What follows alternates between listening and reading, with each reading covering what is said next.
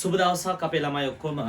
ඒතර අපි අද දවසේ YouTube channel එකත් එක්ක ගේන සූදානම් වෙන්නේ 9 වසර පාඩමක් වන ත්‍රිපද වර්ගජ ප්‍රකාශන. 9 වසරේදී ආරම්භ වන ත්‍රිපද වර්ගජ ප්‍රකාශන මේක 10ටත් 11ටත් විශේෂයෙන්ම ත්‍රිපද වර්ගජ ප්‍රකාශන වල සාධක වෙන් කර ගැනීම සාමාන්‍ය පෙළ විභාගයේ ලියන ළමයින්ටත් ඉතාම වැදගත් වෙන කොටසක්. ඉතින් අපි බලමු පුතේ ඉතාම ස්වල්ප වේලාවකින් චූටි වේලාවකින් ත්‍රිපද වර්ගජ ප්‍රකාශනය කොහොමද තනියෙන් ඉගෙන ගන්න කියලා. ත්‍රිපද වර්ගජ ප්‍රකාශනයක්. අපි ඉස්සරහම ත්‍රිපද කියද්දි මොකක් වෙනවද පුතේ? පද තුනක් ඇතුළත් වන වර්ගජ. ඒ කියන්නේ වර්ග පදයකුත් ඇතුළත් වෙලා තියෙන ප්‍රකාශන අපි ගන්නවා ත්‍රිපද වර්ගජ ප්‍රකාශන. අපි මෙන්න මෙහෙම බලමුකෝ.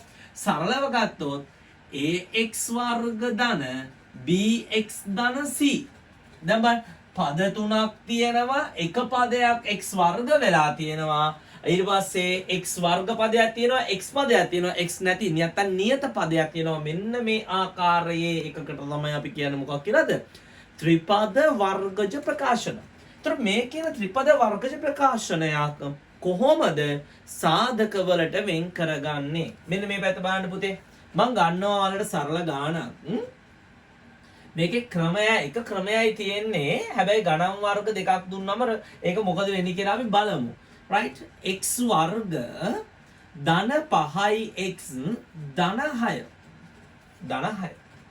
දැන් මෙතන බලන්න පුතේ ත්‍රිපද වර්ගජ ප්‍රකාශනයක්. ඇයි අපි හඳුනාගත්තේ කොහොම වර්ග පදයක් ඇතුළත් වෙලා තිනවා. මෙයාගේ සාධක වෙන් කර ගන්න ඕනේ. මෙයා සුළු කරලා සාධක වලට කඩා ගන්න ඕනේ. එතකොට මොකද්ද අපි කරන්නේ?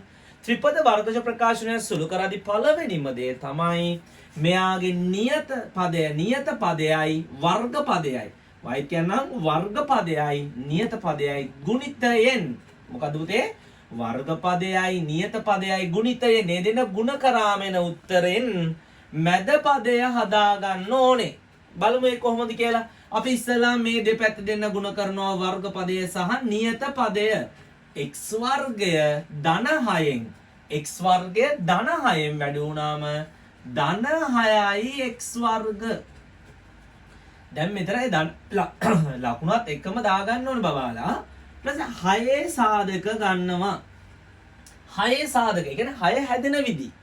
දැන් 6 හැදෙන්නේ කීවරක් චක්‍රයෙන්? දෙවරක් චක්‍රයෙන් හැදෙනවා, තුන්වරක් චක්‍රයෙන් හැදෙනවා. ආයිත් මොකද පුතේ?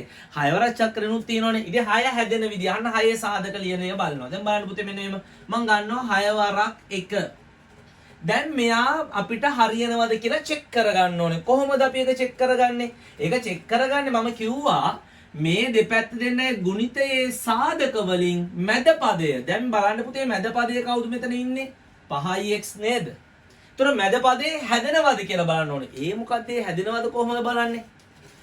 දැන් බලන්න මෙන්න මෙතනදී මෙතන තියෙන මොන 6ද? ධන 6යි x වර්ග නේද? මෙතන තියෙන්නේ. ඒ කියන්නේ මෙතන ලකුණ ධන නම් එන දෙන්න එකතු කිරීමෙන් බලනවා මැද සංඛ්‍යාව එනවද. දැන් බලන්න 6ට එකක් එකතු කරාම කීයද පුතේ උත්තරේ? 7යි. 6ට එකක් එකව කරාම කීයද බබාලා උත්තරේ? 7යි. එතකොට මැද ඉන්නේ 7ද? නැහැ. 5 ඉන්නේ. අන්න 6යි 1යි එකතු කරාම 7 ආව. ඇයි එකතු කරේ කියලා ආයෙත් මම ඇහුවොත් මොකද්ද හේතුව? මෙතන ලකුණ ධන. මෙයාගේ ලකුණ ධන නම් මේ දෙන එකතු කරලායි බලන්නේ මැද පදේ එනවද කියලා. එහෙනම් මැද පදේ ඉන්නේ නැහැ. එහෙනම් මෙයාව හරියන්නේ නැහැ. ඊළඟ ගන්නවා ඊළඟ එක්කෙනා. ආයිත් කොහොමද 6 දෙන්නේ? දෙවරක් 3. අන්න බලන්න 2යි 3යි එකතු කරාම කවුද හැදෙන්නේ? 5 හැදෙනවා නේද? 2යි 3යි එකතු කරාම 5 හැදෙනවා. එහෙනම් අපි යාව ගන්නවා. හැබැයි යාව ගද්දී එකම සාධකයේ දෙපාරක් සුදුසු කෙනා තේරුවට පස්සේ යාගේ සාධකෙන් දෙපාරක් ලියා ගන්නවා. ලියාගෙන මෙතන පදේ ධනනේ තිබ්බේ. ඒ හින්දා දෙන්නම ධන කියලා දාන්න. දෙන්නම ඍණ කියලා දාලා එකතුව ගන්න ඕනේ. බන් ධන 2යි ධන 3යි ධන 5යි. ඍණ 2යි ඍණ 3යි ඍණ 5යි. right? දැන් බලන්න මැද පදේ හිටියේ මොන පහද පුතේ? ධන 5. එහෙනම් මෙතනින් ධන 5 ආපු කෙනාව තොරන ධන 5 කියන්නේ මෙයා. ධන 5 උත්තරය ආවේ කාගෙන්ද? මෙන්න මේ දෙන්නගෙන්. එහෙනම් අපේ සරල තේරුම තමයි අර මැද පදේ හැදෙන ධන 5 වෙනුවට අපිට ධන 2 සහ ධන 3 කියලා හදා ගන්නවා. එහෙනම් මෙන්න මේ පද 3 තියාගෙන සාධක වෙන් කරන්න බැරි හින්දා අපි කරන්නේ මේක පද හතරකට වෙන් කරනවා. හතරකට වෙන් කරන්නේ මෙන්න මේ ආයසුල මේ බලන්න. එතකොට එනවා x වර්ග 5යි x කෑල්ල දැන් ලියනවා නෑ. ධන 5 වෙනුවට දැන් දෙන්නෙක් ඉන්නවා. ඒ දෙන්න තමයි ලියන්නේ. එතකොට ධන 2යි x ධන 3යි x මෙන්න මේ දෙන්න දැම්මා. ධන 6 ඔන්න දැන් බලන්න. පද 3 අපි පද කීයකට වෙන් කරගත්තද පුතේ? 4කට වෙන් කරගත්තා. ඔය පද 4 දෙන්න සලකලා සාධක වෙන් කරනවා. දෙන්න අරගෙන මේ දෙන්න දිහා බලලා මේ දෙන්නට පොදු ඒවා. මේ සාධකයක් කියන්නේ අපි මේ දෙන්න මාපෝසාන එළියට ගන්නෙ. ඒ කියන්නේ මහා පොදු සාධකේ. නැත්නම් සරලව කියතුවොත් මේ දෙන්නම බෙදන්න පුළුවන් ලොකුම අගය. ඒ දෙන්න බෙදන්න පුළුවන් ලොකුම අගය එළියට ගන්නවා. එතකොට ලොකුම අගය කවුද? x වර්ගයි 2x උයි දෙන්නම බෙදෙන ලොකුම සංඛ්‍යාව x. එළියට අරගෙන වරහන් ඇතුලේ මෙයාලා බෙදලා එන උත්තරේ දානවා. x වර්ගෙන් x කෙනෙක් ගියාම කවුද? එක x කෙනෙක් ඉතුරුයි. 2x ගෙන් x බෙදුනම ඒ කියන්නේ අයින් වුණාම කවුද ඉන්නේ? 2 විතරයි. ඔන්න යාව දැම්මා. ඊට පස්සේ ගන්නවා මේ දෙන්න. ඊළඟ දෙන්න. ඒ දෙන්නට පොදු ලොකුම කෙනා බලනවා. ඒ දෙන්නට පොදු ලොකුම කෙනා කවුද? මේ බලන්න මෙයයි මේ 3x සහ ධන 6 කියන දෙන්නම බලන් ගියාම පුතේ කීයෙන් බෙදනවද? 3න් විතරයි බෙදෙන්නේ. දෙන්නම 3න් බෙදන්න පුළුවන්. එහෙනම් අපි ගන්නවා එළියට ධන 3ව. ධන 3 අරගෙන දැන් අර වගේම වරහන් ඇතුලේ කාවද ලියන්නේ? මේ 3x ගෙන් 3 ගත්තම කවුද ඉතුරු? x. ධන 6න් 3ක් ගන්නවා කියන්නේ මම කිව්වා මේ ගන්නවා කියලා අර්ථ කරන්නේ බෙදලා ගන්න උත්තරේ. හරිද? බෙදලා ගන්න. ඒතකොට 6න් 3ක් බෙදලා බෙදුවම කීයද? 6 3ට බෙදුවම කීයද? 2යි. එහෙනම් මෙතනට එන්නේ 2. දැන් පුතේ මේ ආපු කොටසෙත් සාධක හොයනවා. ඒ කොටසේ සාධක හොයද්දි මෙන්න මෙහෙමයි. එකම જાතියේ වරහන් දෙකක් නෙන්නේ. ඒතකොට ඒ දෙන්නම පොදුයිනේ මේ කොටසට. එහෙනම් ඒ පොදුවේ හින්දා මේ වරහන් දෙකෙන් ඒ වරහන ලියනවා x ධන 2 වරහන ලියනවා. අනිත් කෙනාට මේ දෙන්නගේ ඉතුරු වෙලා තියෙන්නේ x උයි. ඇයි මේ වරහනෙන් x ධන 2 ගත්තා මෙතන ඉතුරුනේ x. මෙයා මෙතන ලිව්ව හින්දා මෙතන උනේ ධන 3. අන්න ධන 3 ලියනවා. අන්න පුතේ ත්‍රිපද වර්ගජ ප්‍රකාශනයක සාධක ඔන්න ඔය විදියට අපිට ලේසියෙන් සරලව ගන්න පුළුවන්. හරි. අපි ඔහොමම දැන් කතා කරනවා පුතේ. ඉස්සෙල්ලා අපි කතා කරා දෙපැත්තේ දෙන්න. ඒ කියන්නේ වර්ග පදයයි නියත පදයයි ගුණ කරාම ධන උත්තරයක් ආවොත් නේ අපි අර එකතු කරලා ගන්න එක මේව කරේ. නිකමට හරි ඒක වෙන වුණොත් ඒ කියන්නේ මෙන්න මේ කතාව ආවොත් මෙන්න මේ විදියට එක. x වර්ග ධන 3x ඍණ 10. එතකොට අපි අපේ ක්‍රමය මොකද්ද? අපි කලින් කරපු ක්‍රමයම තමයි මොකද්ද? වර්ග පදයයි නියත පදයයි ගුණ කරනවා. වර්ග පදයයි නියත පදයයි. එතකොට දැන් මේ වර්ග පදේ දිහා බලන්න x වර්ග ඍණ 10 වැඩුණාම ඍණ 10යි x වර්ග. ඔන්න චූටි අවුලක්. හැබැයි ඒක ගණන් හිතන්න එපා තාම. අවුල ගැන හිතන්න දෙයක් නැහැ. මෙතන ඍණ වුණා ඒක හරි. අපි දැන් ඊළඟට කරන පියවර කරනවා. දැන් මේක ඍණ වුණා කියලා අපි මුළු ගානම එකපාරට අරින්නේ නැහැ. අපි කරන් අර ගියපු කලින් පියවර වල ටික කරනවා. මොකද කරේ?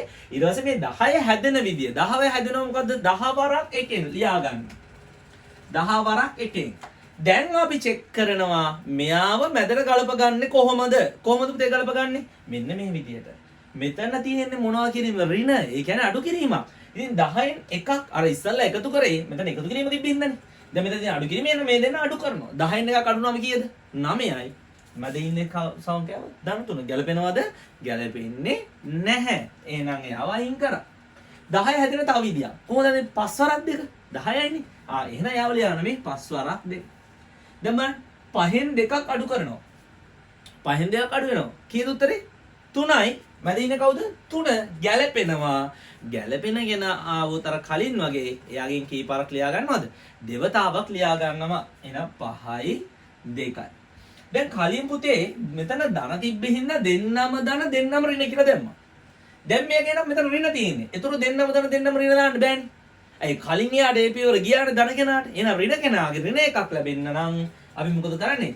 ලකුණ මාරු කර කර දානවා. ඇයි ධනයි ඍණයි. ඍණයි ධනයි ලකුණු මාරු කරනවා. ඇයි මේ දෙන ගුණ උනමයි මෙයා හැදෙන්න ඕනේ හින්දා හරිද? ඒකයි ඔය කතාව. රයිට්? දැන් බලන්න එකතු කරලා මෙයා සුළු කළවා. ධන 5ට ඍණ 2ක් ධන 3යි. ඍණ 5ට ධන 2ක් ඍණ 3යි. දැන් මෙතන ඉන්නේ මොන තුනද? ධන 3. දැන් ඍණ 3 තිබ්බොත් මෙයාව දාන්නේ. ධන 3 තියෙන ඉඳ කවද දාන්නේ? මෙන්න මේ දෙන්න දානවා. මෙතන ධන 3 තියෙන හින්දා මේ දෙන්න ගිහිලා දානවා පද 4කට වෙන්න ඕන හින්දායි ඔය වැඩේ කරන්නේ අපි. එහෙනම් දැන් අපි ඔන්න බලන්න පුතේ ලියනවා කියලා මේ බලන්න. ආදේශ කරගත්ත මේ 3x වෙනකොට x වර්ග ධන දැන් මෙයා ලියන්නේ 5x ඍණ 2x ඍණ 10. දැන් පද 4ක් තියෙනවා. පද 4ක් තියෙන නිසා දෙන්න සලකලා අපි සාධක වලට වෙන් කරනවා. right මේ බලන්න. මේ දෙන්න ගන්නවා පොදු කවුද? x. ඒ පොදු x ගත්තාම x ධන 5 ඉතුරු වෙනවා. හරිනේ. ඇයි? මේ දෙන්නටම x පොදුයි. x එක්කෙනෙක් ඉන්නවා 5 x ගන්නවා කියන්නේ බෙදා ගන්නවා. ඒතර 5 ඉතුරු වෙනවා. මේ දෙන්න බෙදන ලොකුම අංකය කවුද? 2. මොන දෙකද ඉස්සරහා ඉන්නේ? ඍණ 2. එහෙනම් ඍණ 2 ගන්නවා එළියට. x ඍණ 2x ගෙන් ඍණ 2 බෙදුනාම x වෙනවා. ඍණ 10න් ඍණ 2 බෙදුනාම දැන් ඒක මතක නැති ළමයි එක පාට ඔලුවට එන්නේ නැති ළමයි මේක කරලා බලන්න. ඍණ 10 බෙදීම ඍණ 2 කොහොමද පුතේ එන්නේ? 10 2ෙන් බෙදුනම අපි කවුරුත් දන්නවා 5යි. ඍණයි ඍණයි ධන එහෙනම් මොන පහද? ධන 5. එහෙනම් මෙතන ඇතුළට එන්නේ ධන 5. දැන් මේ පේලිය දිහා බලද්දි බලන්න මේ දෙන්න ඉන්නවනේ එක වගේ. එහෙනම් එයාව ලිව්වා මුලින්ම මේ දෙන්න ඉතුරු වෙච්ච දෙන්න එයාවත් වෙනම වරහනක ලියනවා. එහෙනම් අපේ අවසාන පිළිතුර එනවා x ධන 5 x ඍණ 2. බලන්න ඊටාම ලේසියෙන් අපි මොන ප්‍රකාශන වර්ගජ ප්‍රකාශනමද මේ ත්‍රිපද වර්ගජ ප්‍රකාශන වල සාධක වෙන් කිරීම ඉගෙන ගත්තා. right මේ වගේම තවත් වීඩියෝ එකකින් අපි නැවතත් හමු වෙමු. දන්න යාළුවන්ටත් ෂෙයා කරන්න. ඔයත් මේකට සම්බන්ධ කරන් මේ වීඩියෝස් බල බල හදලා ඔයාගේ දැනුම තව වැඩි කරගන්න ඕනේ. එහෙනම් ඔයාලට ජය වේවා.